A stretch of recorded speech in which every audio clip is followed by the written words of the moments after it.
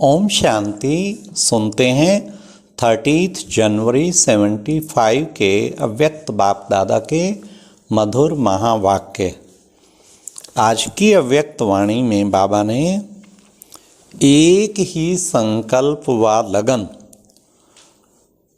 कौन सी है जो संगठन में रखनी है। दूसरा, बाबा ने पुराने जमाने की कहानियाँ किस बात की शिक्षा देती हैं। तीसरा, बाबा ने कहा कौन सी ताली बजानी आनी चाहिए। और लास्टली बाबा ने कहा समय और स्वयं की रफ्तार समान कब कहेंगे। तो सुनते हैं 30 जनवरी 75 की अव्यक्त मुरली। मुरली का टाइटल है सेकंड में व्यक्त से अव्यक्त होने की स्पीड। सर्वशक्तिवान शिव बाबा बोले, सभी इस समय जिस एक ही लगन एक ही संकल्प में बैठे हुए हो, वह एक ही संकल्प व लगन कौन सी है। जब बाप दादा मधुबन में आते थे तो सब 20-20 हज़ार भाई बहन बैठे होते थे, एक ही लगन एक ही मगन उसमें मस्ती में। फिर हम उड़ के चले जाएं, फिर बाबा का आवाहन करते थे, फिर बाप दादा की पधरामणी होती थी, फिर बाबा 10-15 मिनट इतनी साइलेंस की दृष्टि देते थे, डीप साइलेंस। कभी कभी कोई वीआईपी उनमें आते थे, जैसे डॉक्टर एपीजे अब्दुल कलाम एक बार गए। एक बार हमारे साथ मुख्यमंत्री प्रोफेसर प्रेम कुमार धूमल हिमाचल प्रदेश से गए। ऐसे एक बार गवर्नर भी गई हिमाचल की। तो उस 10-15 मिनट का डेड साइलेंस, शांति का सागर जैसे बह रहा और सब शांत स्वरूप आत्माएं बैठी हैं, पिन ड्रॉप साइलेंस। उसको देख के इतने प्रभावित होते थे। कभी कभी कोई रेयर वीआईपी को छुट्टी मिलती थी, वो कहते थे जिंदगी में पूरे विश्व में इतना शांति का वातावरण नहीं देखा। तब बाबा कहते सभी इस समय जिस एक ही लगन एक ही संकल्प में बैठे हुए हो, वह एक ही संकल्प व लगन कौन सी है। बाप का आवाहन करना व बाप बच्चे के मिलन का मेला मनाना। क्योंकि सब इसी संकल्प में होते थे, बाबा आ जाओ, बाबा आ जाओ। सब आवाहन कर रहे होते थे और हम बच्चों से मिलन मनाओ। तो जब सर्वशक्तिवान बाप का आवाहन स्नेह और दृढ़ संकल्प से कर सकते हो, क्या स्वयं में जिस भी शक्ति की कमी या कमजोरी महसूस करते हो, उस शक्ति का अपने में आवाहन नहीं कर सकते हो। जैसे पूरे स्नेह से बाबा को बुलाते हैं, दृढ़ता से, ऐसे बाबा कहते दृढ़ता से शहन शक्ति आ जाओ, निर्णय शक्ति आ जाओ।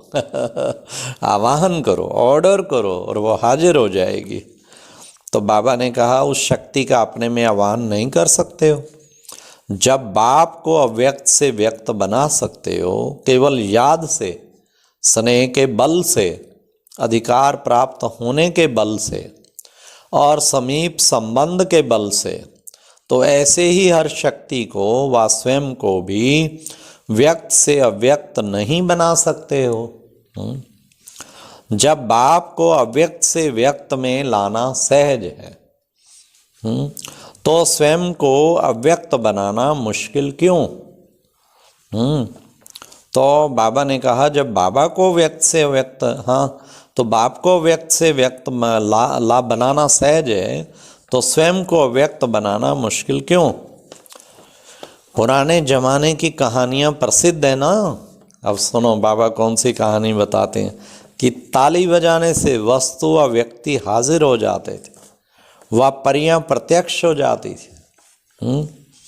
और फिर कहती थी जो आदेश महाराज। तो बाबा कहते हैं ये परियों की कहानी प्रसिद्ध है। ये कहानियाँ किनके बारे में हैं। बाबा ने कहा किसके यादगार बने हुए हैं। ये तुम बच्चों के ही यादगार बने हुए हैं। हाँ, ज्ञान परियां व तीनों लोकों में उड़ने वाली परियां कौन सी हैं? अपने को समझती हो ना, मतलब ऐसी हम ज्ञान की परियां और तीनों लोकों में उड़ने वाली परियां। हाँ, और ताली बजाएं, शयन शक्ति आ जाओ, आ गई।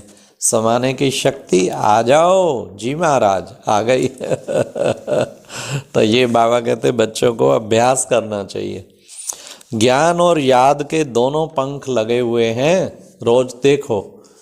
उड़ तब पाएंगे, खाली ज्ञान का पंख होगा तो भी नहीं उड़ पाएंगे। खाली योग का पंख, बाबा कहते दोनों ही पंख चाहिए। योग भी तब सही लगेगा जब योग का यथार्थ ज्ञान होगा। तो जितना आप देखेंगे, मंथन करेंगे, करते करते आपका योग इतना सही लगेगा बाबा से, एकदम आपकी बुद्धि टिक जाएगी। तो बाबा कहते कि बच्चे दोनों पंख लगे हुए हैं ना, आप ज्ञान और याद के बल से 1 सेकंड में, अर्थात इन पंखों के आधार से साकार लोक से निराकार लोक तक पहुंच जाते हो ना।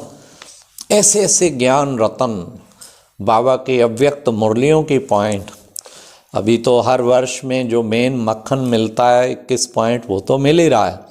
अब सोचा है उनमें से भी अब 21 पॉइंट ऐसी निकालनी है जो एकदम बुद्धि को बाबा पे एकाग्र कर दे।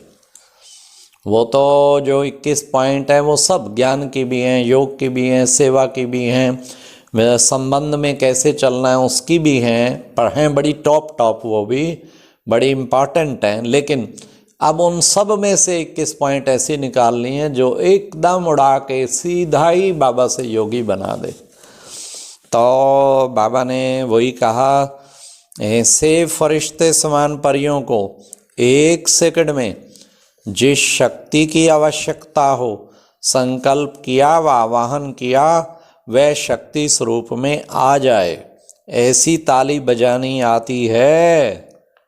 तो अभी भी ऐसा कर सकते हैं। आपको जो डायरी में मेन पॉइंट नोट करते हैं तो कोशिश करें, जो आपको योग की पॉइंट बहुत अच्छी लगती हो ना, इससे योग बड़ा अच्छा लगेगा। जैसे एक पॉइंट 69 में आई थी, 69 की मुरली में, जितना दिल से बाबा की बड़ाई करेंगे बच्चे, माया की लड़ाई खत्म हो जाएगी। तो कितनी अच्छी पॉइंट है, दिल से बड़ाई करते जाओ तो योग तो स्वतः लगेगा ना। ऐसे बाबा ने बहुत अच्छी कई योग की पॉइंट, उन्हें एक योग का बना के 3-4 पेज जो ऐसी लगे योग के लिए बिल्कुल फिट पॉइंट है, उसे नोट करते जाओ।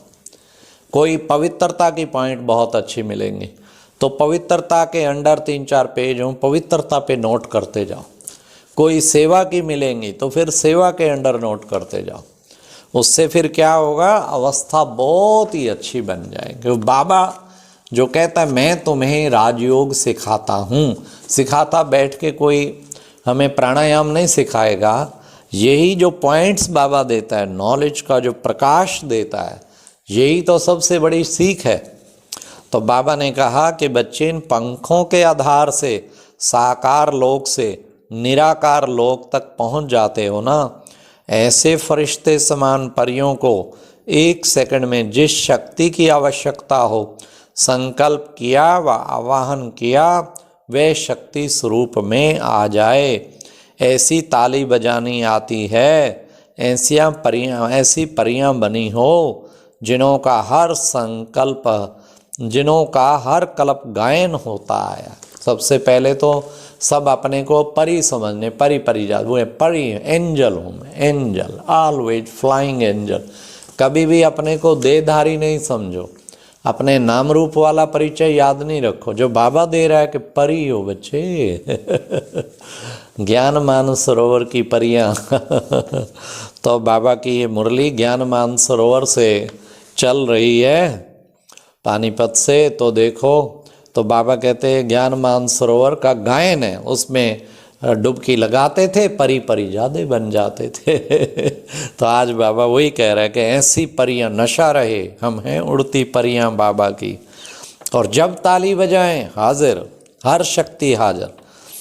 तो वर्तमान समय का पुरुषार्थ 1 सेकंड की गति का होना चाहिए, तब कहेंगे कि समय और स्वयं दोनों की रफ्तार समान है। समय तो अब बिल्कुल एंड पे आ गया। समय और स्वयं दोनों की रफ्तार समान है। वो कब? जब 1 सेकंड की गति होनी चाहिए। इसको ही फास्ट या फर्स्ट स्टेज कहा जाता है। संगम युग पर सर्व शक्तियाँ ऐसे अपने अधिकार में चाहिए, स्वयं में शस्त्र समान शक्तियाँ हों, जो जब चाहो कर्तव्य में ला सको। समझा? अच्छा, इस मुरली का सार, संगम युग पर सर्व शक्तियाँ ऐसे अपने अधिकार में चाहिए जैसे कि पुराने ज़माने में ताली बजाने से व्यक्ति हाजिर हो जाते थे, परियां प्रत्यक्ष हो जाती थी। ऐसे ही बच्चों को भी आवाहन करना सीखना चाहिए, और समय और स्वयं दोनों की रफ्तार एक समान हो तो उसका मतलब सर्व शक्तियों को अपने अधिकार में ऐसे करो जब चाहो उनका प्रयोग कर सको। अच्छा, ओम शांति।